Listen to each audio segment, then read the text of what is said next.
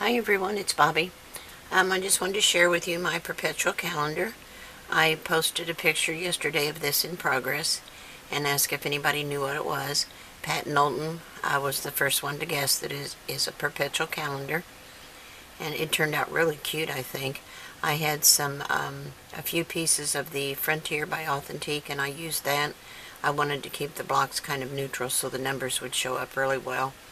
So I used this barbed wire paper, and it has the numbers on the two blocks. And then we have these three long narrow blocks that have all the months on them.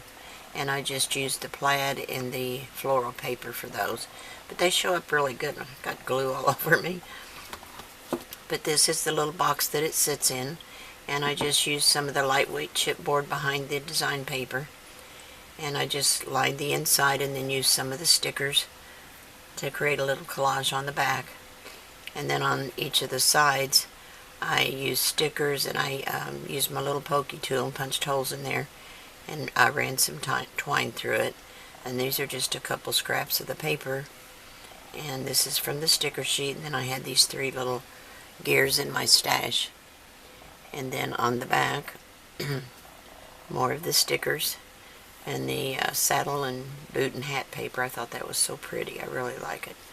And then the opposite side is a repeat of the other one. So that is my project. I was real pleased with the way it turned out. I have one made of wood that's all black and white, but I wanted one with color to it. I thought it'd be so much prettier sitting in the kitchen. So I made this one.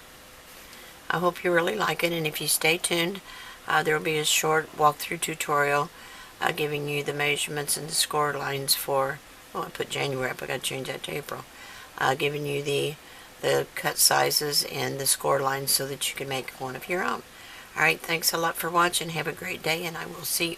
Oh, by the way, those of you who watched my Georgia Blue yesterday, there were so many that asked for a tutorial, and I hadn't done one when I put the album together. It was the first time I'd done one like that, and I wanted to make sure that everything was going to fit together like I planned it, which it did. But it's kind of hard when you're not sure how it's going to go together to make the tutorial the first time around. So I will go back and make the tutorial. I started on it this morning actually, and I should have it up and ready for you in a couple days. So make sure you've subscribed and click the little bell next to the subscribe button so you don't miss notifications when there are new posts made. Alright, thanks for watching. Have a great day, and I will see you soon. Bye. Hey guys, it's Bobbie.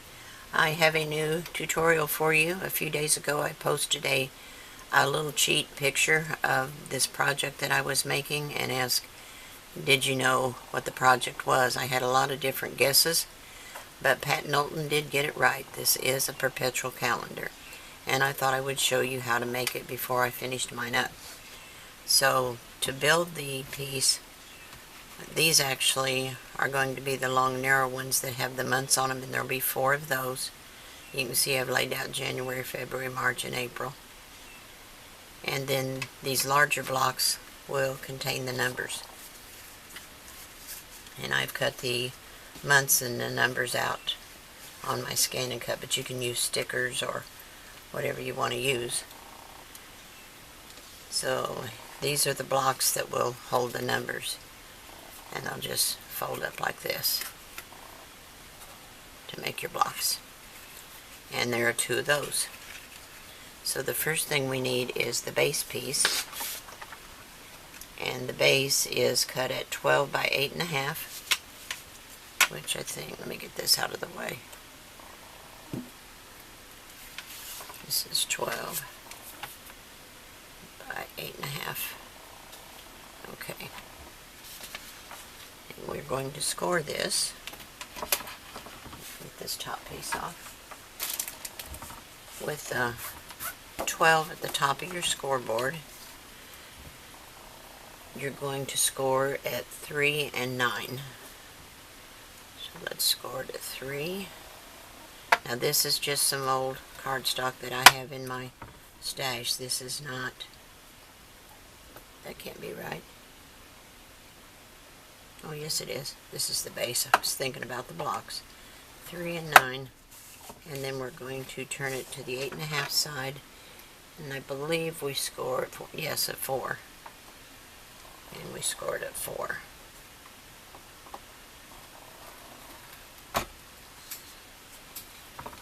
So it looks like that. Okay, and what did I do with this? I have to think what I did now. Okay. You will want to leave yourself a tab on these 2 pieces, like so. And I didn't score it there. You can go back and you can score it a 1/2 inch if you want. I just kind of drew a line in there so I don't forget and cut it off incorrectly. And then we'll cut these 2 squares out minus our little flap. So I'm just going to kind of ballpark it at a 1/2 inch. I'm going to angle this right here and angle this one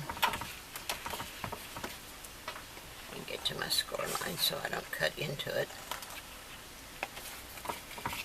And then we'll cut this out on the score line. It's hard to see this on the white. And we're going to cut down to the 4-inch score.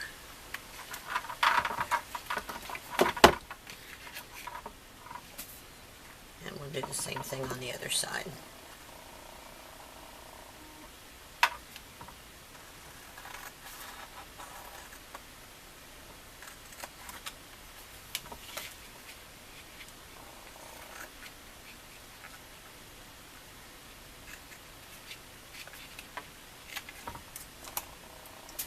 Angle these 2 pieces, these 2 little tabs.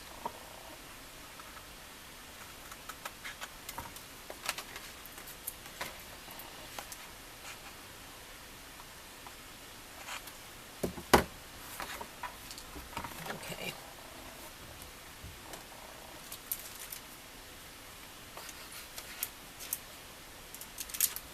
I'm not going to make another one completely because I already have mine, which makes my second one, but I want to show you guys how to make it so that you can make your own. So you're going to fold these in and burnish on your score lines.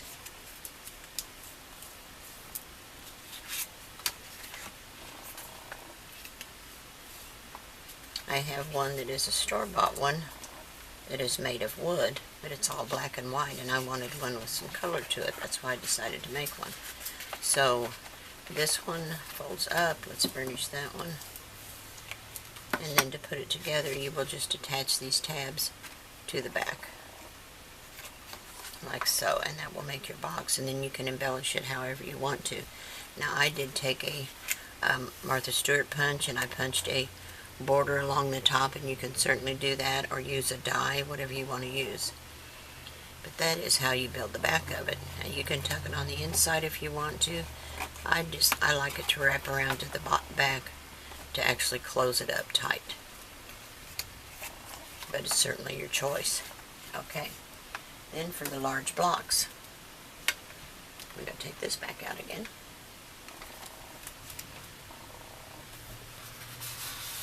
The pieces for the large blocks are 12 by 9 5/8, and with the 12 at the top, we're going to score at a 1/2.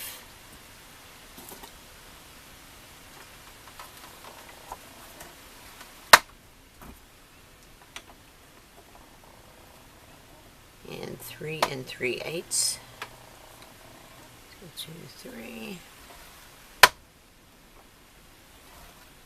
6 1/4.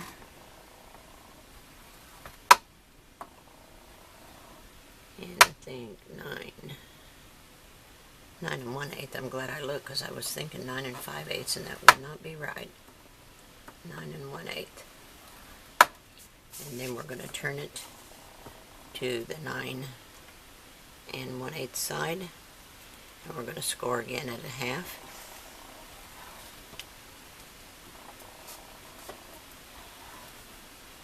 At 3 3/8. 6 1/4.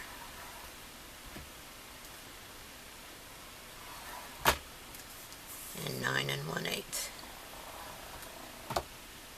Oh, I don't think I needed to score that one. Let me see.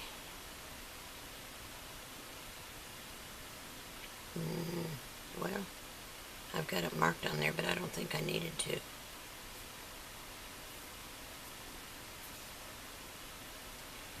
Well, either or. I don't think I needed to score that one.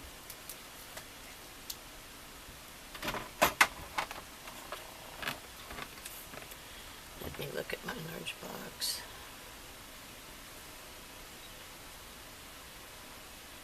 Okay, so what we want to do is we're going to keep the crisscross pattern.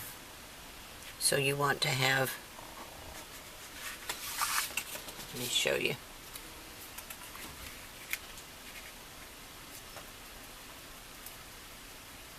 You want to keep all of these all the way down into the side. These we're going to get rid of.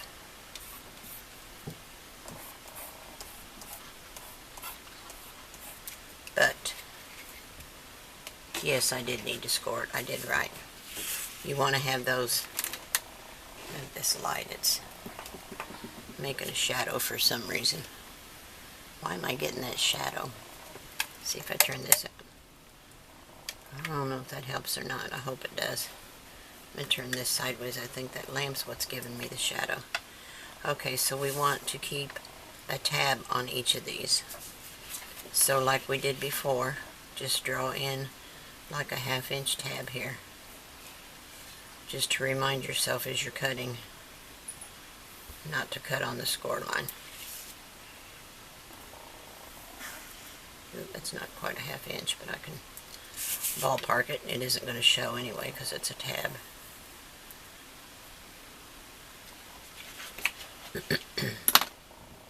So let's start up here at the top,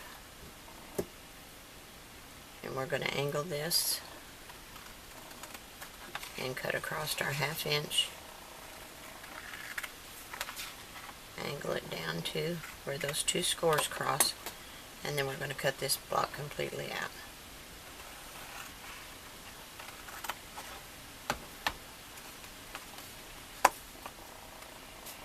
And we'll do the same thing below.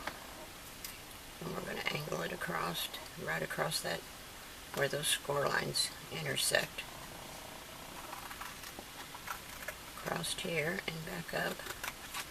And then we're going to take this whole bottom section out.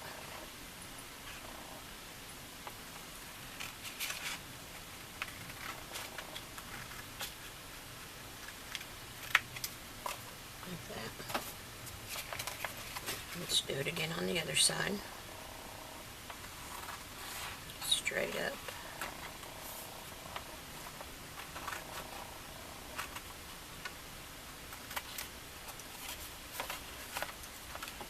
I'm going to angle across where these two lines, these two score lines cross, and then angle into that again.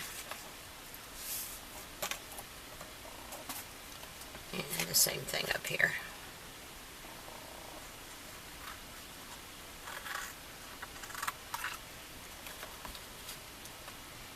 And straight on down.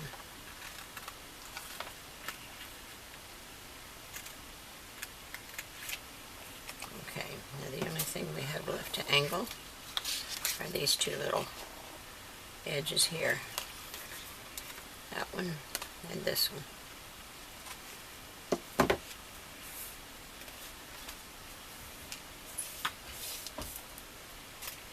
Okay, so you need to make 2 of those now. And then for the long blocks that hold the months, those are cut at 4.5 by 7 1/8. And we're going to score a 1/2 inch on each end.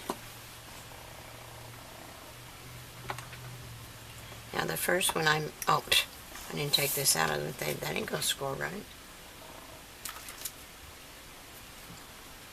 The first one I made was a little bit long for the box, so I did go back and rescore one side just a little bit shorter. So I'm going to go ahead and score this at 6.5.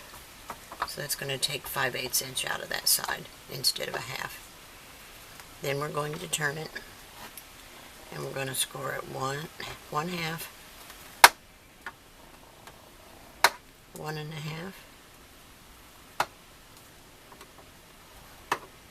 2.5, and 3.5. Oops, looks like I got off my mark there. This is 2.5. Yeah, I got off my mark once. That's okay, this one's just a sample. Okay, scissors, where'd I lay? Oh, right in front of me. So on each one of these, we're just going to cut a little V shape.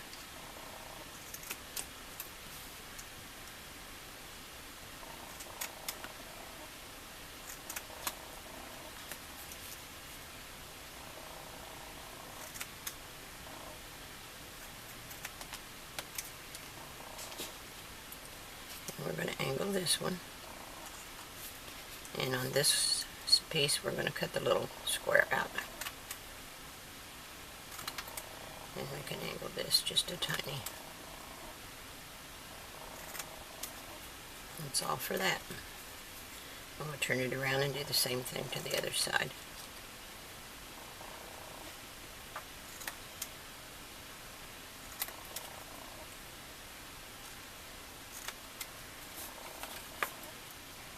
Okay, a little V shape in here.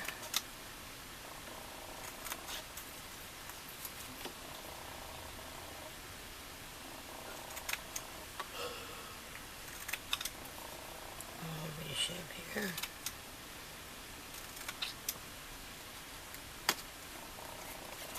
And then let's snip this a little bit. So that's what those will look like. Now I'll show you where I'm at with mine.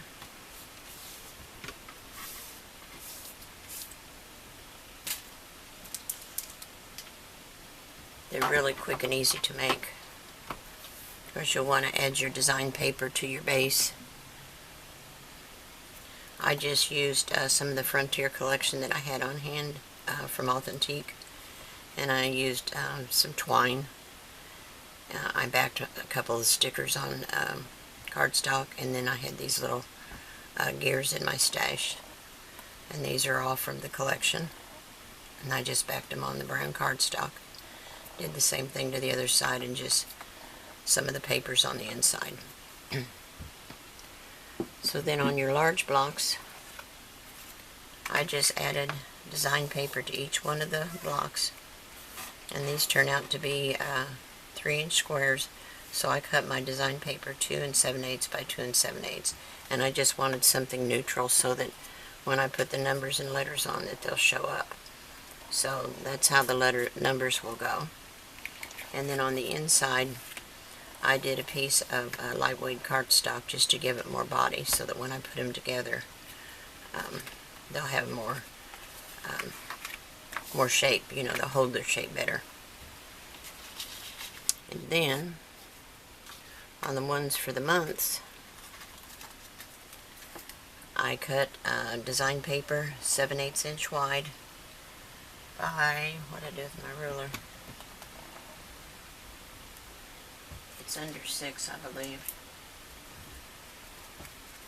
7/8 inch by about 5 3/4, but you'll want to measure your own once you get it cut, and make sure that your design paper is going to go nearly to the ends, but you want the brown to show up a little bit. And I just alternated 2 colors, 2 of the prints, and then I added the lightweight chipboard to the back of those as well. So I'm going to go ahead and put mine together, get all my numbers and everything on them, so they'll just go together like this. Once I get all the months on them, that'll be the month ones. And then they'll stack inside here.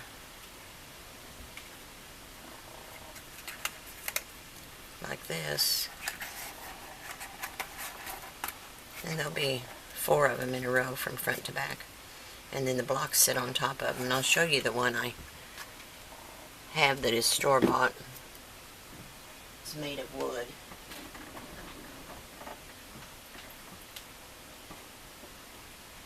This was my inspiration for the thing. But it's pretty and it's really nice, but it has no color to it. And it is a little bit bigger than mine, but you can cut the blocks any size you want with wood, but with the paper, I had to keep it within a 12-inch sheet of cardstock. I didn't want to have to piece it together and have a seam down the middle of the box, so that's why I did it this way. Okay, that's it for this tutorial. I will finish putting mine together and I will show you the finished project. Can't talk today, guys. Thanks for watching. I'll see you soon.